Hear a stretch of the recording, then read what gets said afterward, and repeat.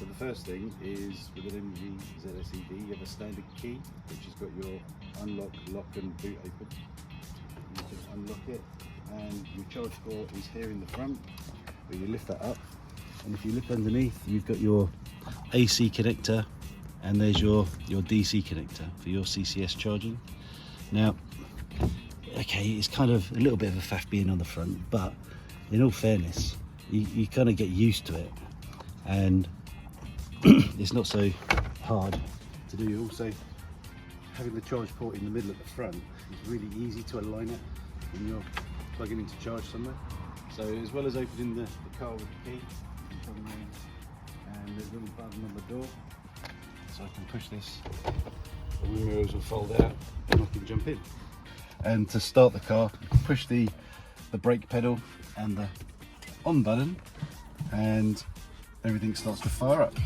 So you have your volume controls, your phone controls, and you've got these other settings over here. You have to put it in drive, you twiddle the knob down here, so just turn that to drive, and you can start driving. You're going to put it in reverse.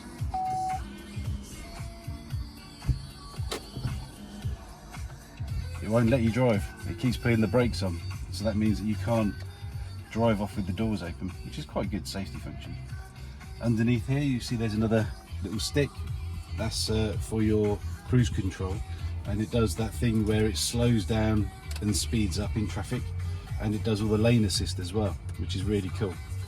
For your Apple CarPlay, you have to plug the phone in, your iPhone or your Apple phone, and it works up here onto the screen.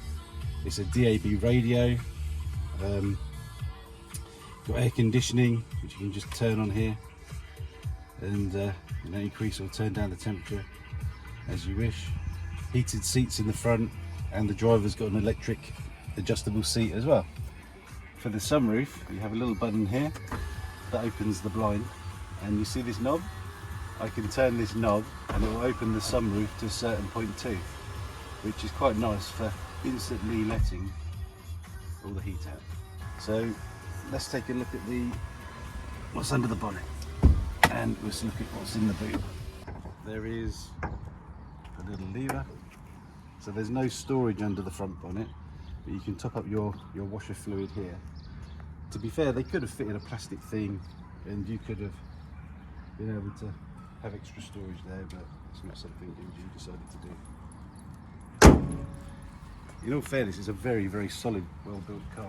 Rear reversing camera and parking sensors, and under the floor here you have there's a big charge lead for public charging, and there's the small charge lead. Now the small one comes with the car, this one you have to buy extra, and I think that was about £100. And we fitted these weatherproof mats all round, because the boy plays football an awful lot and leaves a lot of mud everywhere. Now, in all fairness, it's a really nice car, even the dog loves it, but there's no app, there's no timer control on in the car itself. It does have one nice thing, is when you're driving, then the little lights can turn on the wing mirrors to show you that there's a car right beside you. That means there's a little bit extra safety. Although it's just front wheel drive, the economy on it in winter is the same as what you get in the summer. And the tyres, 9,000 miles, they look like they've barely done anything. So I think the tyres are going to last a long time too. Alright, that's it. We'll go and look at the Model Y now. So with the MG servicing, you have to take it into the garage. Any software updates, again, into the garage. Any problems, into the garage. Okay, so now looking at the Tesla, you do pretty much everything apart from driving it on your phone. So you log into your app, and you can vent the windows, you can set charging schedules, update the software, you can do lots and lots of things, including, if I wanted to, I can open up the bonnet, so, or the front, and as you can see, whereas the MG has a load of motors and electrics. This is huge. And over here, of course, is where you top up your water. So it's kind of handy. You just put the charge cables in there, which is handy. It unlocks from your phone, so there's no keys. So you just walk up to the car, do the handle, open the door. They're quite heavy doors. Inside the car, there's not really any dials or anything else. It's all on the screen. In the back, you can see that's quite a spacious. At the minute, I've got the front set for me. If I get in the back, yeah, I'm okay. I've got leg room. There's also 2 USB-C chargers, and you have this huge glass roof.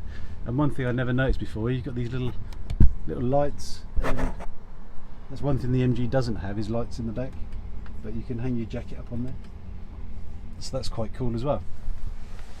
Going round to the boot. Now you can do it in the app, or you can just put your hand underneath. Push the button, it auto opens, and this is a bit of a fiddle with this thing.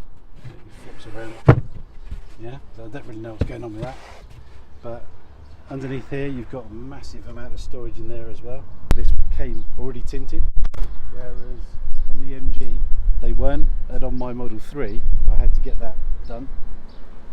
This has come with the standard aero wheels.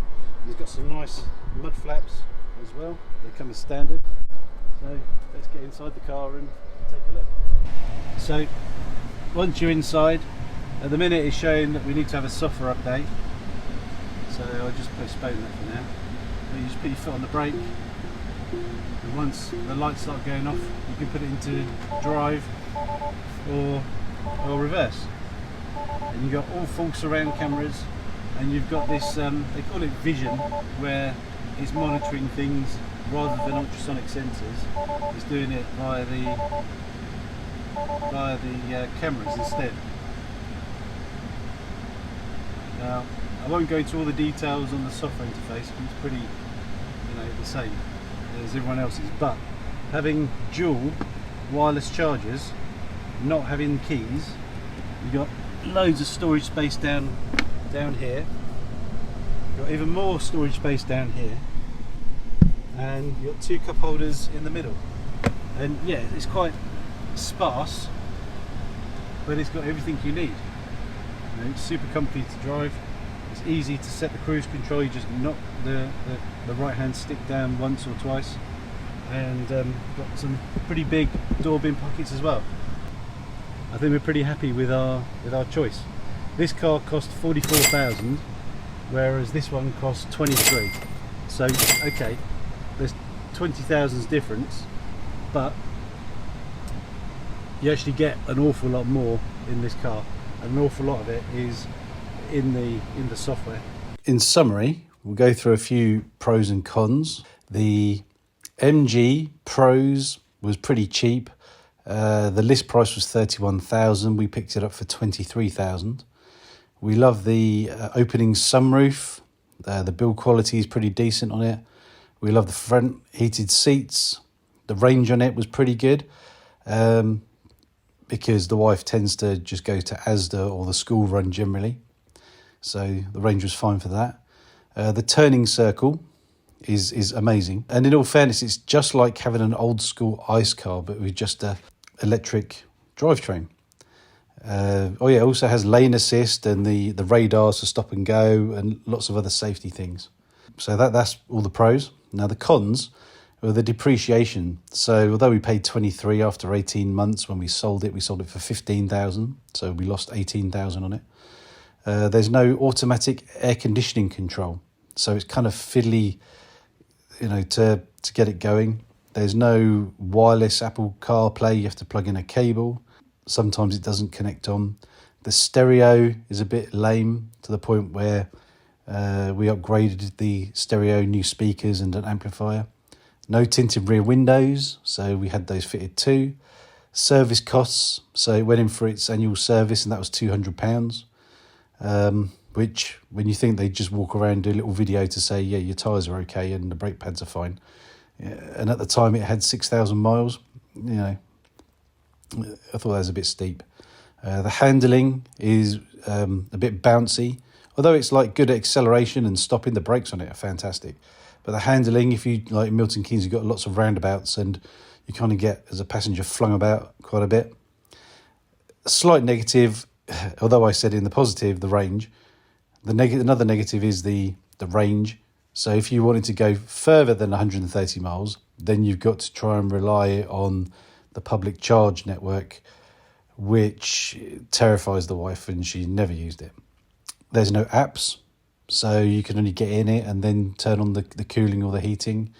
And you have old school keys. So like I said, you know, it's just like driving an old ice car. Yep, you've got old school keys too. And then finally, on negatives or cons, there's no frunk storage, which I think is a bit of a shame, a bit of a waste.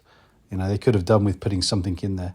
So with the Model Y, the pros are it's bigger inside, so it's really good for doing the shopping and getting everything you need to get into it. The range, it says it does 284 miles. Yeah, okay, on a full charge it says about 260. It has the Tesla charge network. So now the fear of going anywhere outside of Milton Keynes for the wife is just totally gone away. The app is amazing, and you can set your heating or cooling before you even get in the car, or de-ice the car. It has a frunk, so that's where we put all the charge cables and things, so they're easy to get to. The handling on it is very good. So the wife's driving, I'm sat in the passenger seat, I'm not getting flung around the cabin like normal. Reclining rear seats, this is something we didn't realise we were going to get, but yep, the rear seats do recline. In general, yeah, the software, you know, all the Netflix and the Spotify and all those sorts of things are really good. And in using the cruise control, it's the simplest thing in the world. It's just 2 clicks down on the right lever and you're in. On the cons side, the price is higher. You're talking, it's about 45,000 compared to 23, so there's £20,000 difference. It doesn't have an opening sunroof, which is a bit of a disappointment, but it is a nice big panoramic glass roof, which is nice, yeah. But it would have been lovely to have it opening. The door handles, as with the Model 3, they're all a bit fiddly. It's like almost 2 hands you need to use to open the door. And the wife has got a bit of a slow learning curve. One of these things she keeps complaining about is the poor turning circle. So when it comes to parking, it's much more difficult. And even just parking up on the driveway, so she reverses on, then she's got to back and forth it a bit to get it to the right place to get to the charger. So that's the cons on that. Finally, I'd just like to say that the MG has been a really, really good car. The wife didn't really want to get rid of it or move on to the Model Y until she had a trip to the seaside and she had to borrow my car, and then she came back and said, yes, I need a Tesla. But there's I'd say there's nothing really wrong with the MG. The MG is a great car. It was great for us as a starter, you know, getting used to electric charging and all those sorts of things. But of course the Tesla just takes it to a whole new level, and I think we're quite pleased with our decision. And I hope you like the video and our description and comparison between the two cars. And if so, then please don't forget to like and subscribe. Thank you. Bye-bye.